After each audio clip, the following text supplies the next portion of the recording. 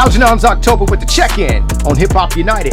When Andre 3 Stacks said the South still got something to say, he wasn't just referring to the future of Outkast. He was also talking about an entire region of everyday people that had been overlooked by popular culture.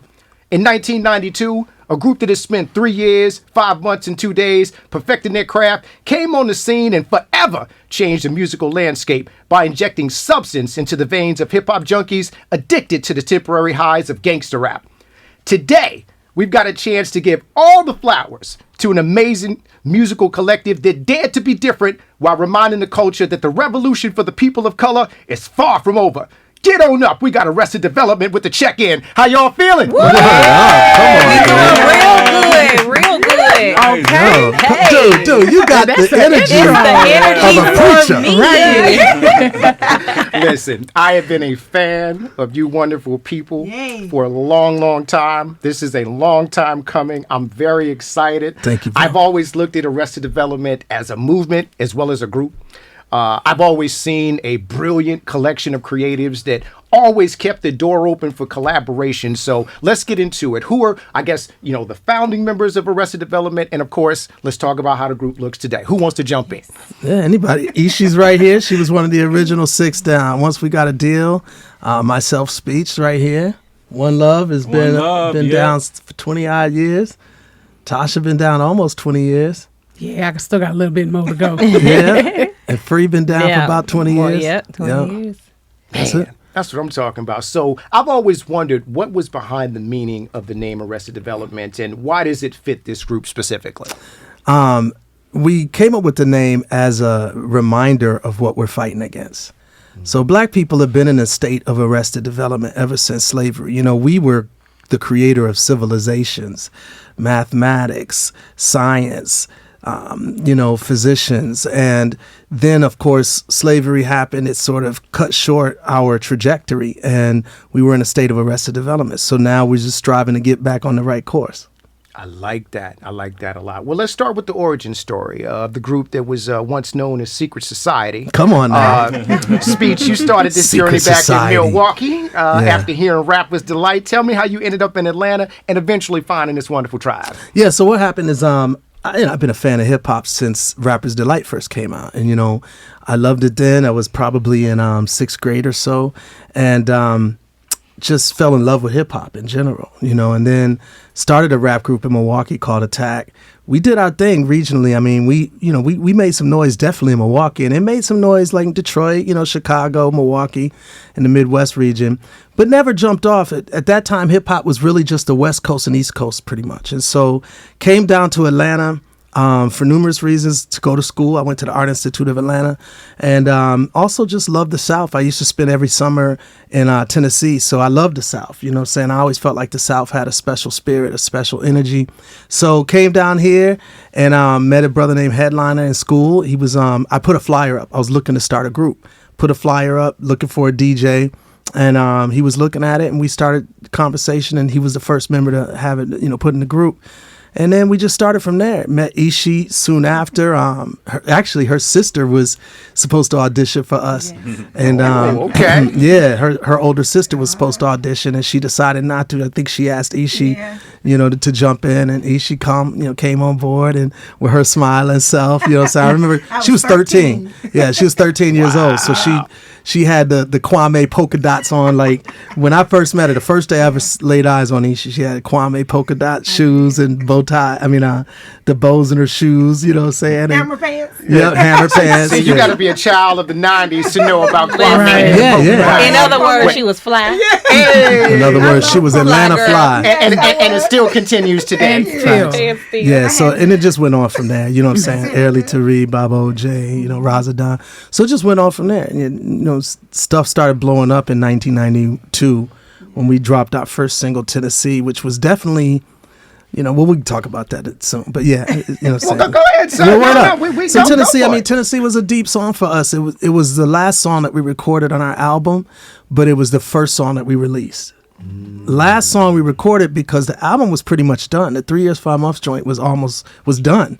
And then unfortunately, and I'm about to cry, I don't know why, I'm feeling emotional today, but my grandmother passed away, which is who I used to spend all the summers with in Tennessee. And in that same week, my brother passed away. And it just was one of the most, I don't know, just soul rocking moments in my life. And so I wrote the song Tennessee because that was the last place I saw both of them. And then that ended up being our first single. Wow, it's amazing you bring that up because I lost my grandmother last year. Oh, bro, sorry. Right before, and sorry to hear about you as well, right before my 50th birthday in terms of that. So grandmothers are really your second mothers. Facts. You know, and so I'm still feeling that void. No And doubt so about it. Yeah. You writing that song from the perspective that you did now, as I'm going back and I'm listening to the lyrics and I'm going, okay, that makes a lot of sense. And so I definitely could understand how that's special with that or whatever. So it sounds like your grandmother also created a special moment and space for you to create as well. That's just beautiful. Facts. Yeah, it's good. When Arrested Development came out initially, gangster rap was definitely dominating the airwaves and the charts. Why did you decide to take a different approach with your messaging, especially around that time? And was there any anxiety, when you were trying to be different in terms of how that's going to be received? Yeah, there's definitely a lot of anxiety because, especially in those times, you didn't just, we didn't have the internet, so you couldn't just throw a record online and see if it goes viral. You had to get a record deal or at least an independent record deal in order to even put music out. So, there was a pressure to do it and do it right, or else the window might close on you. You know what I'm saying? So there was definitely a pressure to try to do things that could work. But I also grew up in Wisconsin, Milwaukee, and the disparities between white, black, the disparities between poor and rich are extremely easy to see, and so I always knew that black people had it hard. And so this gangster rap trajectory that was so prevalent had turned into basically degrading black women. It turned into degrading the lives of black men too, talking about shooting, killing each other, you know what I'm saying? So it needed to be more narratives out there for us, and then of course the group's name is Arrested Development, which we was fighting against that stagnation. So, it's just something that we felt like it was our calling. And we didn't know it was going to work for sure, but we definitely knew it was needed. Yeah, absolutely. Ishi. Yes.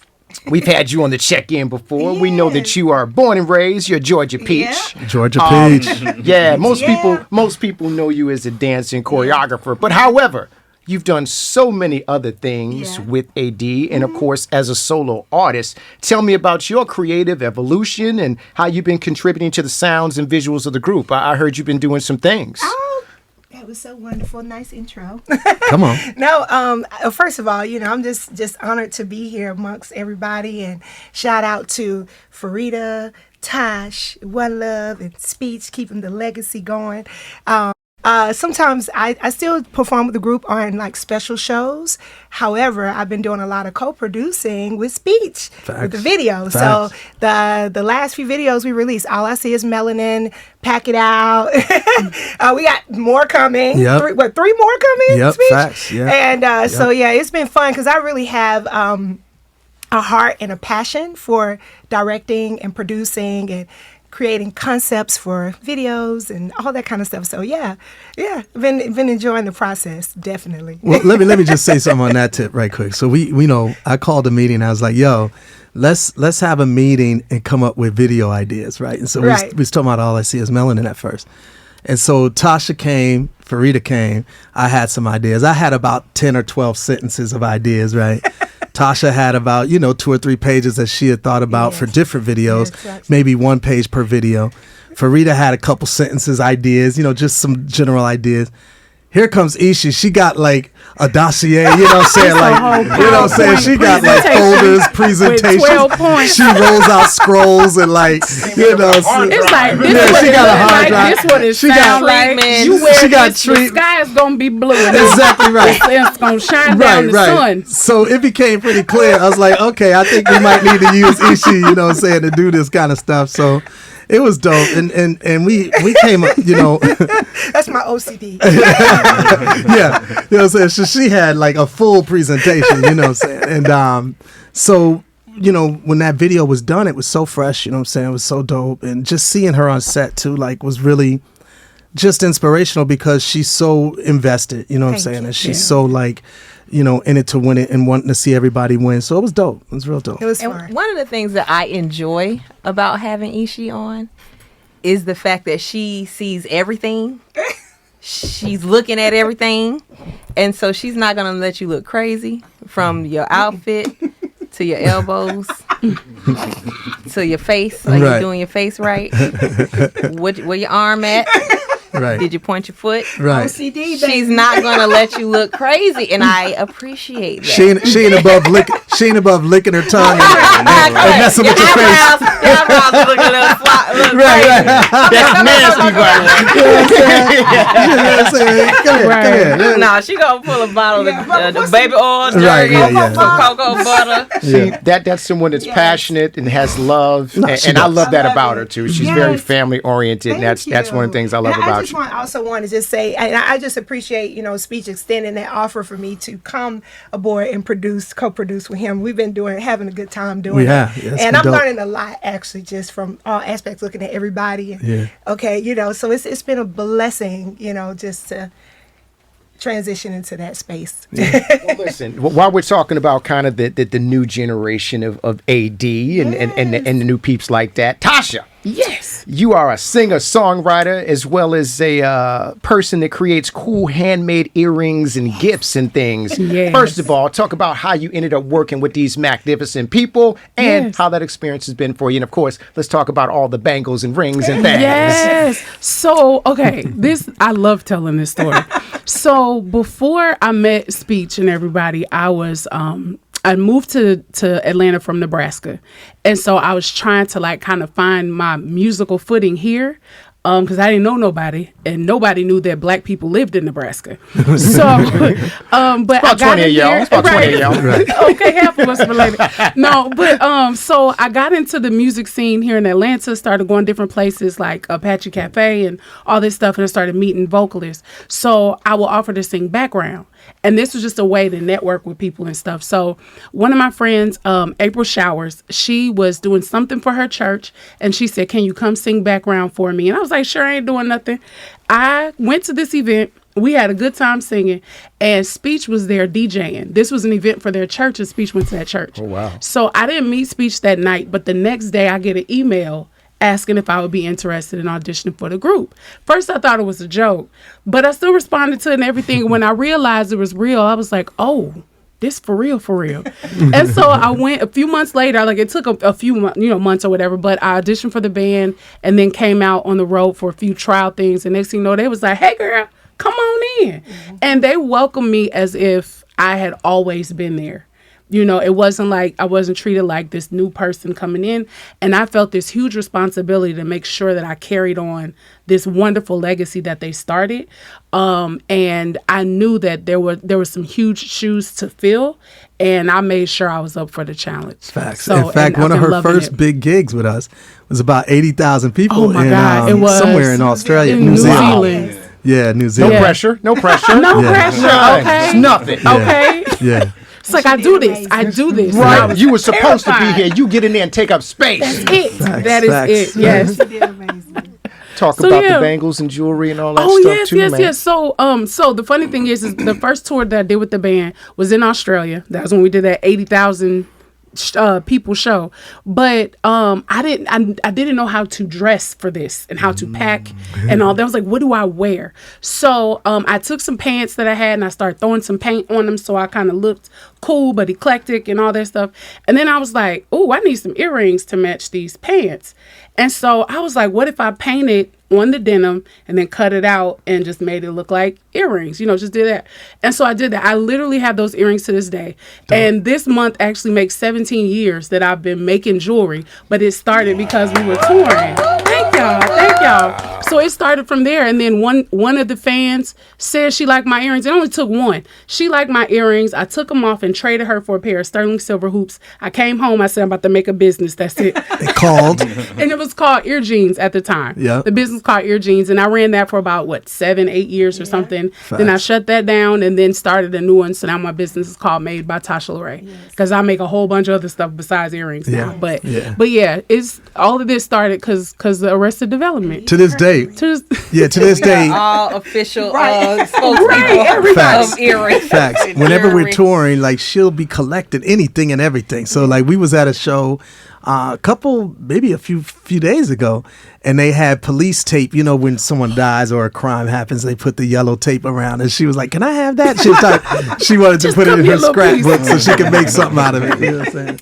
That's dope. Yes. That's dope. So being able to take anything that's around you and be able to create art with it. Exactly. Yo, that's magnificent. I also like your hair designs and everything over Oh, there thank too. So you. you've stretched that out even to your hairstyles and Yes. everything as well. Now, is there any type of meaning to that, or is just a dope design? I did it. So it's hot. When you have locks, they get hot. And matter of fact, Ishi was like, Tasha, have you ever thought about shaving one side of your head? I said, that's a great idea. Let's do it. And I just did it. But I've had my locks for 13 years or something like I that. remember when you started And, them. yeah. And probably I think it was about maybe 7 years ago or so, I shaved it, and I'm glad I did it.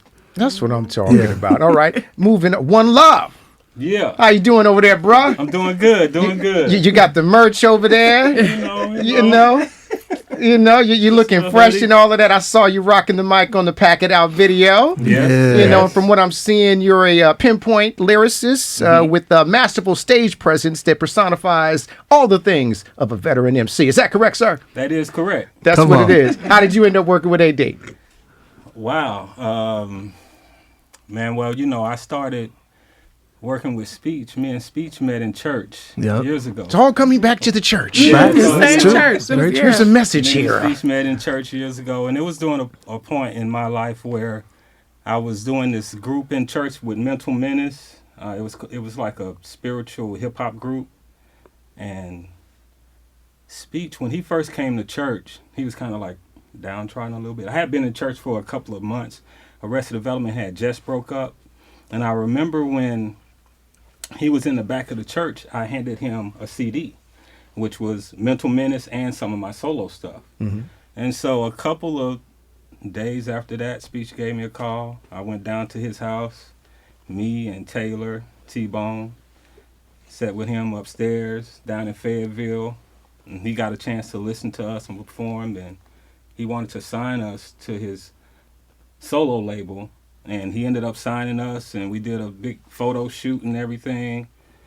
And about a few years after doing that, I started working with Speech on his solo stuff, and that was in '96. About 4 years after that, when Arrested Development got back together and Mental Menace wasn't really doing anything anymore, that's when I became a full member of the band.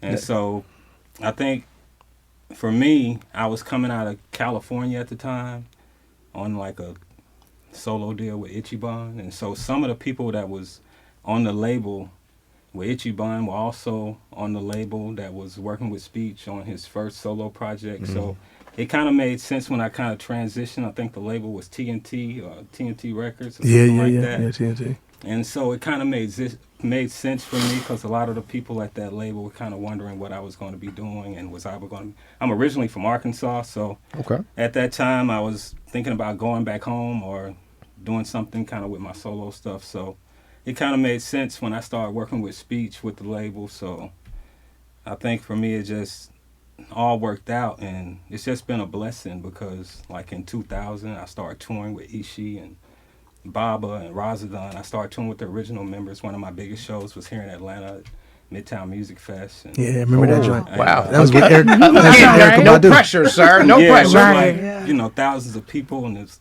like the first time. I wasn't on stage all the time then. I was just kind of off stage, kind of like Flavor Flav. That's how I felt. Like I would come out and like dance and do a little bit. Give on the mic. sauce to him for a little bit. But when I came out at that Midtown Music Fest, it was like I looked to the side and I could see my face, like on this big screen, and I was like, oh man, like this is it. Like, I feel like, man, it's happy. Like God is really blessed. Like, man, all the hard work and just all the time and just all the effort and just I just like to thank Speech and the original members. They just welcomed me with open arms when they all first met me and come into the group, and the band and all the members, they're all my best friends and family, and so it's just been a blessing. And that was 96, and we just been touring the world ever since then, and it's been great. It's a long time. You've been hanging out, my brother. Yeah. Right. You watch CDs turn into streams. you've been hanging out for a minute, man. Yeah, man, we go way back. I was doing a mentoring, tutoring program for a long time, and about 4 years in Atlanta with Hope Worldwide, and we did, some music with little kids. And Oh, that's dope. when, Yeah, we used to Campbell do was like the music mayor. in the projects, like for kids in the projects, like letting them create music from like scratch to putting out a CD. Yeah. Wow, it's amazing. As usual, always keeping tapped in with the community. I'm not surprised by that at all. Yeah. That's a beautiful thing. Farida, how you doing over there, Queen? First of all, let's get into this hair, because I noticed that the first time I saw you, and then of course when I just met you as well, I was just like, the hair is hairing. I'm digging it. I want to get with y'all on the shaved sides here. Like that's a whole thing we're doing right there, whatever. But you had your rap debut on All I See Is Melanin, Beautiful Melanin. All I See Is Melanin. So when I look at you on stage, you also reminded me of Ishi in terms of how you moved and the energy, and of course your big bright smile and vibes. How did you end up working with AD and doing boxing and aerialist work and all types of stuff like that? But let's start at that. How did you kind of get with the group? It's funnier when Speech tell it. We talking to you though. We talking to you though. But when I got into, I was working corporate. I know that feeling. I gotten laid off. And right around the same time, I had started doing modeling. I just wanted something creative to do because I had a really nice golden parachute from my MCI WorldCom. You remember them? You took it back. Oh, you Where? took it back. Here. Oh my Here. goodness. So I was kind of a big wig, so I got me a golden parachute. I So I didn't have to get a job right away. I just got laid off. It wasn't no parachute. Wasn't no parachute. They Wasn't no just net. told me to go home. I literally, you know what I'm saying? I was like, oh, I'm good a little bit. So I wanted to do something creative. So I was modeling. I was doing fashion shows. I was dancing freelance. I'd never done any of that, and I always wanted to. So this was my opportunity to just get out there and see what I could do. And so I was doing a Bronner Brothers hair show, and I saw this group of dancers, Drock. Drock was a dancer who was working with Speech, I think on his solo stuff at the time. Yeah, he's from the church too. Yeah. And so I was theme here. Yeah. I grew up Muslim, so assalamu alaikum. I get you. But, Legs alive. But I saw him and his dancers. I was modeling for the hair show, and so we connected because I wanted to dance, and so we exchanged information. And down the line, I'd done other things locally and go-go dancing and all these things. It's funny you mentioned TVT Records because TVT Records saw me go-go dancing, and Brian Leach from TVT Records put me in the Salt Shaker video. So I did Salt Shaker video with Yin Yang Twins, blah, blah, blah. And right around the same time, Drop calls me. He's like, hey, you know any dancers that can sing? I said, me? Had Called the right person. Listen, had never sang, had never really danced professionally. The video I had just done for the Salt Shaker hadn't come out yet. And so I was just like, worst thing you can say is no. So I went down there. I familiar with the group. I loved Ishi. Ishi was Arrested Development for me. So it was like, oh, I get to meet Ishi. No offense. I feel that same way every time I meet her. Every time I meet Ishi, I feel the same way. Fun fact, the only reason I was being called was because Ishi was taking time away. I believe you had just had Patty. That one. She had just had her baby. She just had Peyton. And so they were just looking for someone to fill in whenever she couldn't. And I was just like, me. I go down to the house, and it was Speech and Yolanda. It was at the office. It was at the Yeah, office. It wasn't at the house. It was Yeah. at the office. Looks like Yeah. a house. Yeah. It does look like a house. And so when I went there, it was in this room, the room with the stovepipe room. Yep. And he says, dance. He just tells me to dance. I just bust out. Whatever I think he wants to see, whatever I thought Ishi would do Right. is what I did. And so then I'm done. And I'm breathing heavy. And then he says, now sing something. Right. And I'm like, I'm going down. We started singing some Mary J. Blige song. I think that might have been what it was, but I don't remember. And I just tried it, and I think it was just, I don't know, it was a conversation. It was all a blur. And then they sent me on my way, and then later on, I don't know how much time passed, he asked if I wanted to go to Europe Oh, wow. on a European tour. And it was crazy because, remember, I had just gotten laid off. So I was actively looking for another job. Right. And I'd gotten hired to be like project manager for this company in Atlanta called Singular. Head up their fledgling cell phone. Like I was about to do like a big job. It's off, And so- off Windward Parkway. Literally. I know it well. So I was like, I have this amazing job that I could start, or I have this amazing opportunity to go on tour with one of my favorite groups growing up. And so me and my sister Keita sat down and I got a sister named Keita. Yeah, my sister named Keita. Her sister name is Keita. And we sat down and she said, you can always get a job. This opportunity to go on tour with Arrested Development will not come. It's a once in a lifetime opportunity. Take it. I took it and been here ever since. Man, that is an amazing story. And the reason why I'm laughing as well is because in my other life, outside of this, I'm an IT recruiter. And so when you said those things, I was just like, totally. While you were about to work there, I was working that account. That's why I knew exactly where I was like, Singular, I know exactly where it is, I know exactly what you were doing. That's so dope. our worlds are definitely Very intertwined. very much intertwined. So I saw on IG you was doing aerialist work as well as boxing, so you're very active. Talk to me about that. I gotta keep moving. We gotta stay moving. Aerial kind of fell in my lap in the same way all of this did. I was a performer in Atlanta, and my mentor / twin sister, Nicole Merman, saw me performing and said, she looks strong. See if she want to learn how to do this. And she needed a duo partner. Her duo partner, he hurt his shoulder. And so that she needed someone to train to learn how to do the choreography of aerial. And I wanted to learn it, but I couldn't afford it.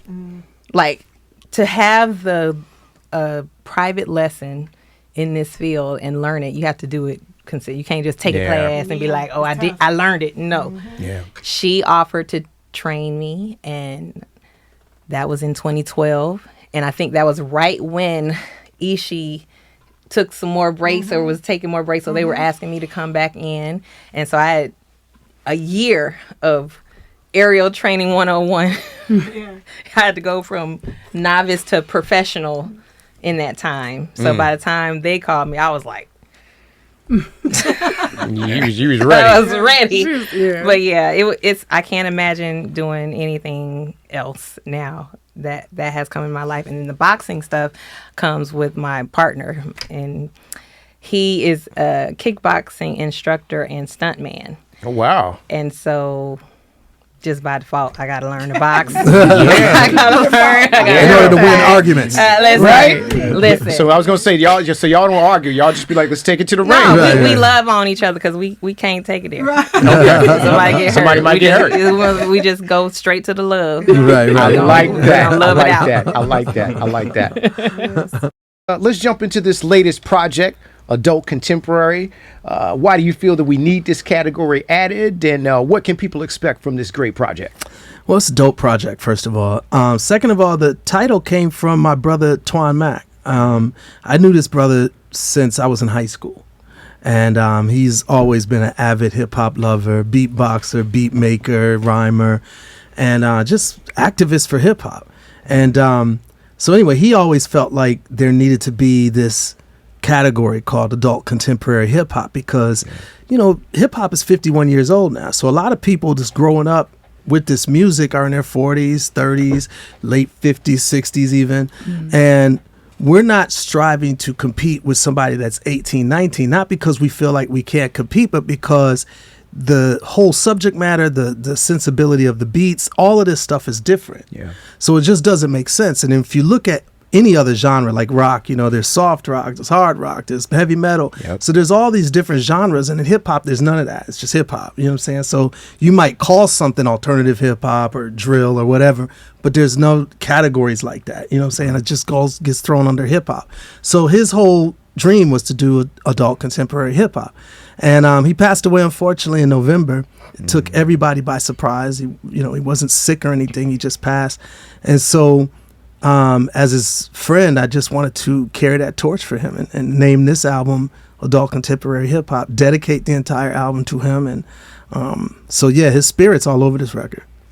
No, man, I definitely agree. And there's been a lot of chatter, especially a shout out to my brother Headcrack. He's been a very big proponent of going, we need our own category in terms of that or whatever. I'll be 51 this October. So I've had an opportunity. I've grown up, obviously, with hip hop. Yeah. I've seen it from, Rapper's Delight all the way up to what we see today. So I agree. We need something that actually represents us at the stage we're in now, the maturity level that we're at today. Yeah. In terms of that, you and I are going to be talking about way different things than somebody who's 20 years old, and especially that comes from this era. Yeah. We didn't grow up in the internet era. It came later on in life in terms of that. So, I totally agree. Now, on the topic of hip-hop, do you feel that hip-hop has really lost its ability and desire to feed their audience messages around social responsibility? I don't know. I don't think so. I think hip-hop still feels that necessity. But I do think hip-hop has been co-opted by corporations. So a lot of the mainstream and the stuff that most people are aware of as far as hip-hop has long ago been handed over to the corporations, and therefore the corporations have not wanted to keep that messaging out there because it doesn't match with their overall objectives. Yeah. Their objectives is to sell music, obviously, but also sell product, make people inundated with passivity, not activism. You know what I'm saying? And so corporations, just doesn't match. It doesn't align with what they're striving to do. But hip hop lovers, the people that really love it, they're still doing stuff. And of course, we have always been doing it. So, it needs to find its way back to its people roots instead of corporate roots. Yeah, I agree. Now, how is it? It's a lot of y'all. Y'all roll deep. It's a lot of beautiful personalities and people here, and a lot of different creative energies and stuff. How is it working in the studio with all these different personalities, all these different voices? Who is the orchestrator of bringing everything together when making the music as well as on stage? Yeah, I mean, that guy.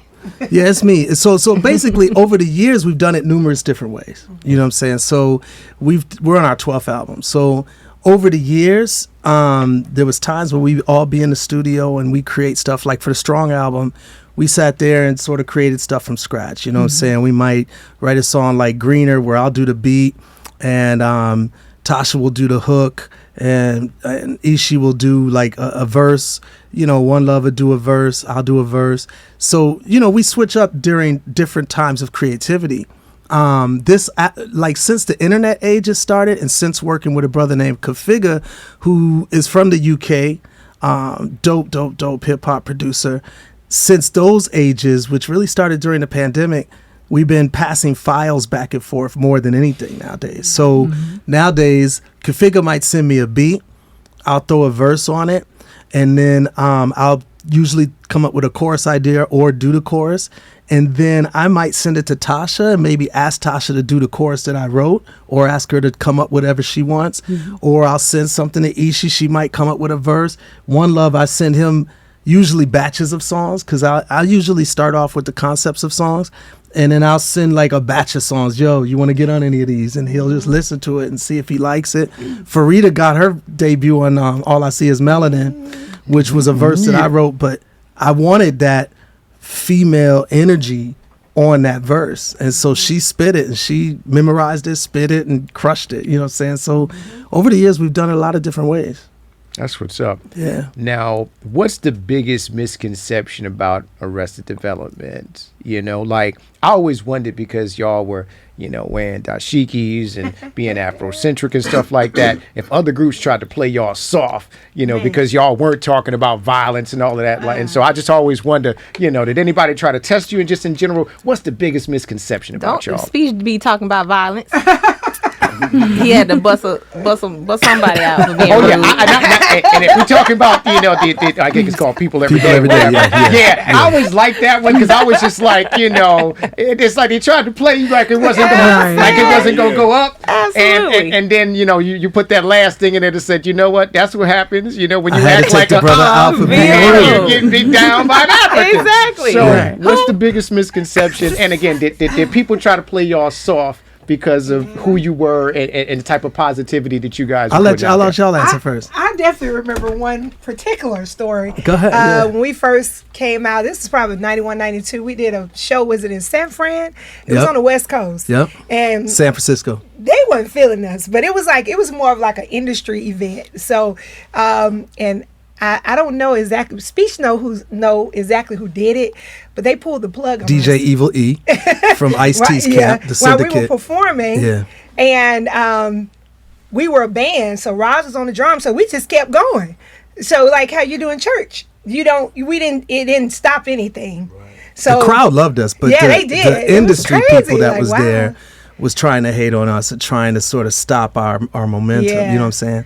that's And- one in particular I remember. Yeah, no, that's facts. Those is facts. I mean, at that time, there's a lot of hating going on. Now, this is Yeah. prior. So you started off the whole interview with the Andre 3000 quote that he did at 96, I think it was, at the Source Awards. And, you know, for us, this was prior to all of that. So there was a lot of hatred when they came out. I'm talking about when Cass was getting Album of the Year. They got hate. Well, we got hate more than they got hate before that. You know what I'm saying? It was because hip hop wasn't ready to spread its wings throughout the whole nation yet. It was really a East Coast, West Coast thing. You know what I'm saying? So, yeah, there was definitely a lot of hate. And I think another misconception for us is that if you come to our show, it's going to be like boring or intellectual or like heavy heavy topics and no like fun, you know what I'm saying? And that's like literally the furthest thing than what we actually do. Right. Yeah, no. I always wondered about that. Like, I wonder if they just try to play them like they were soft, like it wouldn't be up if something, if somebody approached you, Right. like they're not regular people living lives Yeah. doing what they do. No, we Yeah. nice, but don't mess with us. Right. Don't do it. Yeah. And we run deep, so it's so funny Right. because One Love was just on the song we about to release. Oh yeah. Pack it? Let- Let's No. get on with it. Not Let's Get On With It, but he's like, throw them bows. What's the My day Job song? Ain't Done. My Job Ain't Job Done. ain't done. So on My Job Ain't Done, on our new album, he talk about, that they didn't Oh, yeah, expect you're for us right. to throw them bows. That's Yeah. exactly right. Yeah, so it's like, thank God we've never gotten into a fight Okay. as a group. Like, we never had a tussle backstage, unless I'm forgetting something. But I No, don't, we just had a lot of people try to sabotage. yeah, they tried Yeah. to. They tried to But on mess top with of that, us, I would look at them and like, it's like 9 million members. Exactly. Yeah, Right? nah, they ain't Y'all gonna really go as don't easy want as you that think. smoke. Somebody Right. gonna be able to fight. I'm just Ain't saying. none y'all of us might no wanna punk. stop. Ain't no. nobody here no punk. No, not one member. Not even one member. Not even Yeah. Even the sisters in the group could throw. You know what I'm saying? We So- might head to charge. I just feel like it just looked like it's gonna be up. It just looked Right. like it's gonna Yeah, go nah, down. it's- That's what's up. Not All right. even Baba, rest his soul. No, yeah, Baba, Baba go Baba was in. his own. Yeah, he He did. was a handful on his He own. looked like he didn't take. He no- don't. Oh no, Baba didn't take mess from us. Yeah. Baba cuss us out. Right. I could see that. That was definitely the energy he was giving. Yeah. Facts. Oh, yeah. I feel Facts. you. Now, how do you feel about the current state of hip hop in terms of its focus on streaming? Personally, I think hip hop needs to find its roots back with the people again and really focus on what the craft is and where the artistry is coming from. I think that's really what we need to get back to. Streaming has robbed everybody. Streaming, you don't make money from streams pretty much. And 0.000.3 or something per stream, and that's Right. way less than a penny. Right. So artists aren't making their money from streaming, and so we've been sort of robbed of our ways of income over these last technological years, and so we've got to get back to ways that artists can really make money. You know what I'm saying? And so the streaming is tough. It's a tough age in order to make a living from artistry. You know what I'm saying? Yeah. And speaking of technology, would you ever or have you ever incorporated AI into your creative process? Yeah, we have actually. We have our upcoming video, Easy, has a lot of AI elements in it. Yeah. You know what I'm saying? And then we did we had a promo piece from our video Pack It Out that's on our website and on our social media right now, that's done by a brother named Anthony, who it's all AI built. But I mean, I do want to say it's not like we just tell AI, hey, make this for us. You definitely, at least where AI is right now, you do have to have a skill set in order to make anything interesting. You know what I'm saying? So there's some Afrocentric, dope visionaries that are really using AI in a dope way for a lot of the stuff that we've done in it. Just one of our covers was AI too. We did a mixtape probably 2 years ago that was an AI cover we used. So yeah. Yeah, that's dope. Now, I always am curious, and I guess you guys can all kind of chime in individually about this, is what happens when you guys leave the stage? Like, what goals do you have outside of music? Like when you leave the stage speech, are you heading to Home Depot? Like, what's going on? What happens after y'all leave the stage? Well, I'll let them answer first. And I have some what type thoughts. of things are y'all looking to do that have absolutely nothing to do with the creative process? Nothing. Well, I know. For me, a few things. So, I'm in school right now, getting my degree in marketing. So I'll be done in December. So most of the time, when we get off stage, I'm running back to the hotel to go do some homework assignments because I usually bring that stuff on the tour with me. But Facts. outside of that, I'm looking to go to a craft store or something to go make something that helps me to just kind of calm down and regroup, because I'm an introvert by nature. I'm extrovert because of what I do. Yeah. But then I want to go somewhere and just sit quietly by myself to kind of regroup. So being able to make stuff with my hands allows me to do that. Anybody else? I don't know. I stay pretty busy on the move. I constantly driving back and forth to Arkansas when I'm not on the road, visiting sick family. I do some electrical work and stuff on the side. I'm constantly writing, so I kind of write like it's a job. Right now, my day and night is kind of off. Like I sleep like during the afternoon. Yeah, same with I'm me. usually up like Yeah. all times of the night. I usually up during the night and I kind of sleep during the day. But yeah, for the most part, I just pretty much stay busy, and when I'm not on the road, just moving around, doing housework, and doing some odd jobs, and visiting family.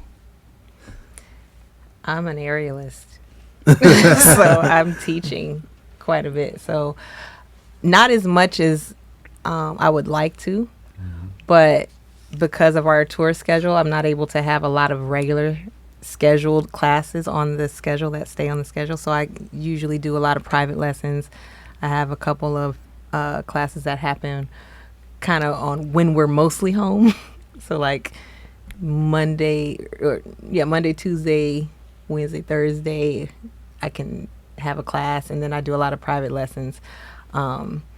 And I have a 2-year-old baby. Hey, okay. Well, that's it, right? That's what you're That's doing. what I do. I have a baby. Yeah. And he want to go outside. He want to go play. He want to go to swimming. He want to do all the things. And so I'm domesticated.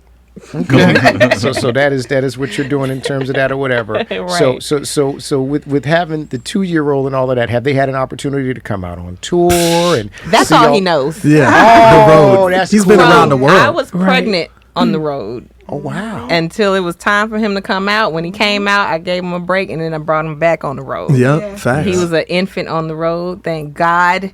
Yeah. This is a family, and Yeah. speech allowed me to bring my newborn son on the road overseas. He was everywhere with us. He was everywhere in Japan, all types Europe, of clubs. UK, yeah. In Wow. underground. Africa, Right. yeah, everywhere. What a Underground way clubs. to bring someone And into the world, Listen, man. and he knows the choreography. He's does. mad now that he can't come on Yep, the road. yeah, yeah. But thank God, like his wife Yolanda, and she would hold him while we were on stage and Yeah. then pass him back to me when we got off. But Yep. that was how that worked, and it was a blessing. And it was, I look in hindsight, it was definitely difficult to be on a tour bus with a baby in a bunk with a baby. Yeah. But I wouldn't have any. It was the most rewarding experience. I know it was Absolutely amazing. difficult for all of us to hear a crying baby and we just got off stage and I want to go to sleep and the baby's like, okay, it's time to party, and I'm like, oh God, I'm sorry y'all. But thank goodness everybody was so helpful and so supportive, and it was an amazing experience. But yeah, at 2, yeah, I need a whole person. Like he needs his own person. So now he just got to stay at the house with his daddy, and he comes sometimes when his father can come to the show, then I can bring him. And he waves his hands in the air. He does. He comes on the stage. We have a really cool picture of him on stage With one of our life music with flags. the flag, Yeah. waving the life music flag. It's so dope, and it's truly an amazing picture because I mean the generations. You know, saying Yeah, we've been at this that's for what I was just 33 years thinking. in the mainstream, and so it's like just to see him at age 2, or really 1.5. At Yeah, that he was time. like one. That and time. he's holding his life music flag. It's just so amazing, like it's so Need to beautiful. see that picture as Yeah, well. I'm and, gonna and see most that of picture. everybody thought they was him and Yolanda's baby. It was Right, him and 'cause we Yolanda's always baby. holding They it. was Yeah, always yeah, holding yeah. it. So they're like, That's oh, so look at funny. Speech Yolanda's baby. Yeah. And it's funny, just like Farida, I was pregnant when I had my daughter. Yep. I brought her on tour as a newborn. She was on tour at 2 months. Yeah, and then her and my mom traveled with me to Europe, Yep. and then my sister came on the road too. So Sure did. They used to be the nanny. Yep. So we both had babies that grew on the road. Facts. But And I did too. Well, yes, of and course. Speech too. Yes, Yeah, his my babies was on the road yeah, too. his babies. We got our babies grown now. Yep. But yeah. So outside of the group, I'm doing the directing. I'm producing, conceptualizing. I actually have a few 2 animated series for children. Thank you so much, and teens that we created, my daughter and I. And it'll be coming out soon. Really cool. Also, I have a lot of my mom's works, books and stuff, because my mom was an artist as well, and a visual artist. And she left a lot of work when she passed and want to get that out. Her books, her artwork, and things of that nature. Writing a lot of songs, writing, and just preparing for what's next, because I'm so grateful. God brought me through all the illnesses I've been through, Yeah, and then yeah, also we're to be able grateful to too. just thank you, Yeah. talk about that and help people moving forward, like being an advocate about breast cancer and overcoming that, and just health in general. Yeah. So yeah, just getting into a lot of different things and singing more and writing more and a lot of stuff. And I managed a supermodel. Her name is Alex P. Hello. AKA the daughter. Right. Same She one really we were- is a supermodel. She Oh really yeah, is. absolutely, She's, absolutely. like, and I know super, she, super and you amazing. mentioned she's got some big things coming up, so we are all very hopeful Thank you. that everything works out in terms Thank of that. you so much. Now, She's in page 3 of This Essence, I think. Man, so I think it's like For July? 13. Okay, page 13 of This Yeah. Essence. Uh-huh, Yeah. it's Essence July. magazine. Yeah, uh-huh. Wow. 50th anniversary. very big deal. Now, you. now, Speech. I feel that you are continuing, and all of you, of course, but I'm just talking about you specifically. You're definitely continuing to evolve as an artist, as an MC. Your bars, in my opinion, sound even stronger today Thank you, bro. than even when I heard them back there. How do you keep that lyrical blade so sharp? Well, first of all, it's something I've always wanted to continue to progress in. You know what I'm saying? I think, first of all, just as an MC, it's funny. A few things happened to me in my life. I told you earlier I had a group called Attack when I was in high school. And there was a brother that used to rhyme with me named T.A. Wiz, and may he rest in peace. He was murdered, actually, in early 90s. But T.A. was a master lyricist, and I consider myself a master lyricist as well, but it's like he was always an upward call for me because people in Milwaukee, where I was from, really just deeply loved his lyrics and loved how he spit. And so for me as a co-MC with him, it was always a challenge, you know, to make sure that I was being myself, but also, you know, living up to sort of the legacy that he was laying down, you know. Yeah. And then being in this group, of course, you know, I obviously laid down some incredible foundations, you know what I'm saying, with Tennessee and People Every Day and all the songs that I penned. But then when I brought One Love into the fold, his flows and his style of rhyming is also like an upward call in the sense of like making sure that I'm spitting at the same level as him as well. You know what I'm saying? So I think for me as a lyricist, I'm always willing to like make sure that I'm competitive with whoever I'm rhyming with, you know what I'm saying? Because I rhyme with a lot of MCs. A brother named Del P has a new record out. He's gaining a lot of momentum on the underground hip hop scene. And, you know, I'll do verses with him. And I'm always, you know, O'Henny Savant, who's literally a master lyricist. Mm-hmm. So there's people that I'll spit with, and I'm always striving to make sure that even though I'm already more established than a lot of these MCs as far as hit records are concerned, as a bars dude, I'm always striving to make sure I'm bringing it, you know, the best that I can and improving, because that's also another thing. A lot of ageism happens in hip hop where the older you get, a lot of people will want to say that, you know, you know, it's a young man's game only, you know what I'm saying? And so as a generation that's clearly an elder in this, I want to make sure that we're spitting at a level, and I feel like me and One do that, spitting at a level to where any young person can't just say like they're ghosting us on, you know, they're beating us on these bars. Like we're really bringing it, you know what I'm saying? And that's why the first song on this album is Let's Get On With It. Like, to me, that's just a record with just bars after bars. I mean, there's really no chorus on that record, you know what I'm saying? And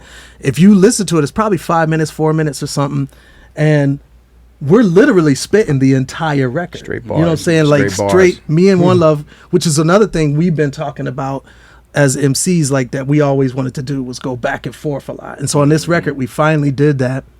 And so we're just going bar for bar and not competing against each other, but just making sure that we sharpen each other. You know what I'm saying? I feel like that's what we're doing. Yeah, you've continued to definitely stay strong, and I'm just a big fan. Thank you, man. Of Appreciate your that. wordplay. Another question for y'all, and this is, I guess, for everybody, whoever wants to jump in. If Arrested Development had come out today instead of 1992, do you think that y'all would have had the same level of success and been received in the same way? I personally think we've been bigger. Yeah, I do too. I think we literally would take over the entire industry. I really do. I like and I that. think it could be the same songs. I ain't even gonna trip. If no one had ever heard Tennessee, no one had ever heard People Every Day, no one had ever heard Mr. Winnow, I think we can come out with those songs right now. You know, maybe production slightly different and message wise and everything. I think people would go crazy. I think they'd be like, "What the hell is this?"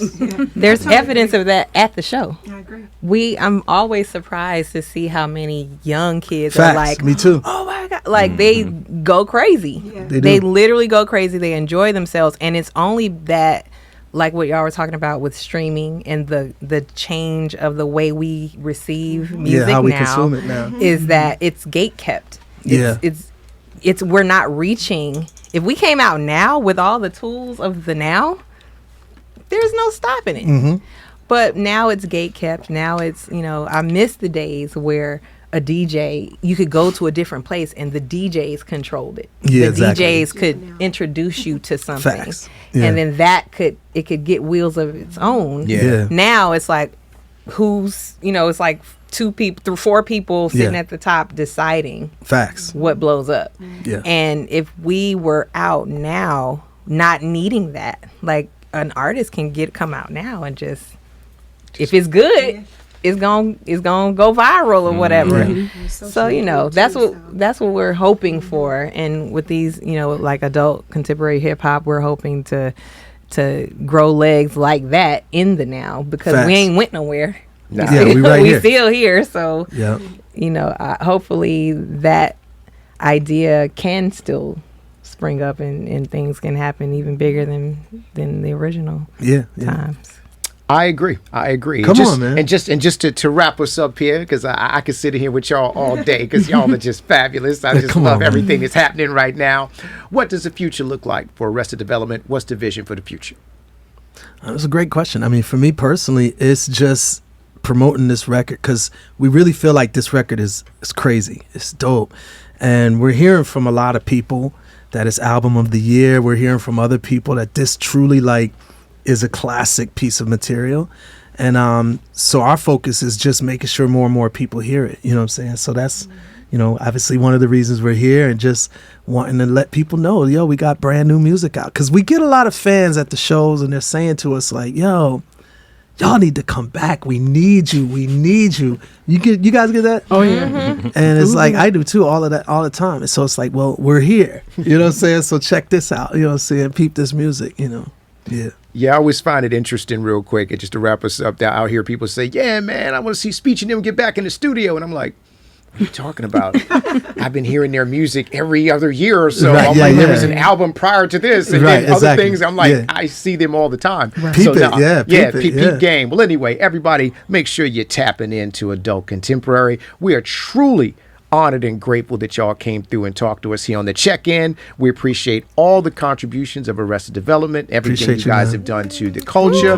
We wish you continued success and blessing in terms of your journeys. And if anything, let everybody know where they can find you in terms of your socials, because we need everybody tapped in. Let's go. Arrested Development __. Just go there and you get everything for AD. But of course, everybody's got pages as well. Oh, that's on Instagram. On Yeah, Instagram. Okay, yeah, shout out yeah, Instagram. talk, Gotcha. Okay. come on. Okay, Talk I'm about at your Miss IG. Tasha Larae. That's MSTASHALARAE. Lorraine. And I'm Farida, literally at IMFAREEDAH on Instagram and most platforms. And I'm Ishi Smiles. You can find me on IG, and then I have a link tree to all my other social medias. And I'm OneLove_AD the band on IG. Come on. All right, we're good. Well, listen. And Speech has a personal page. Yeah, I do too. So at speech __. Yes. Okay. Well, make sure everybody tap in. Adult Contemporary is out there. All of their other releases that y'all keep telling us that they're not there, they're also there. Y'all make sure that y'all continue to tap Check in out with the this videos. magic. And the videos. That's right. The videos, On YouTube, everything that's run 'em happening up. right now. YouTube, IG. Make sure you support that, as well as make sure you subscribe to Hip Hop United on the iHeart app. Facts, Select Hip Hop facts. United. Put us in the presets. We appreciate all the support. Make sure you tell a friend to tell a friend. Arrested Development. Y'all have officially been checked in with Hip Hop United. Let's go. Let's go. Cheers. That was as fantastic was as I thought it was awesome. going to be. Man. Y'all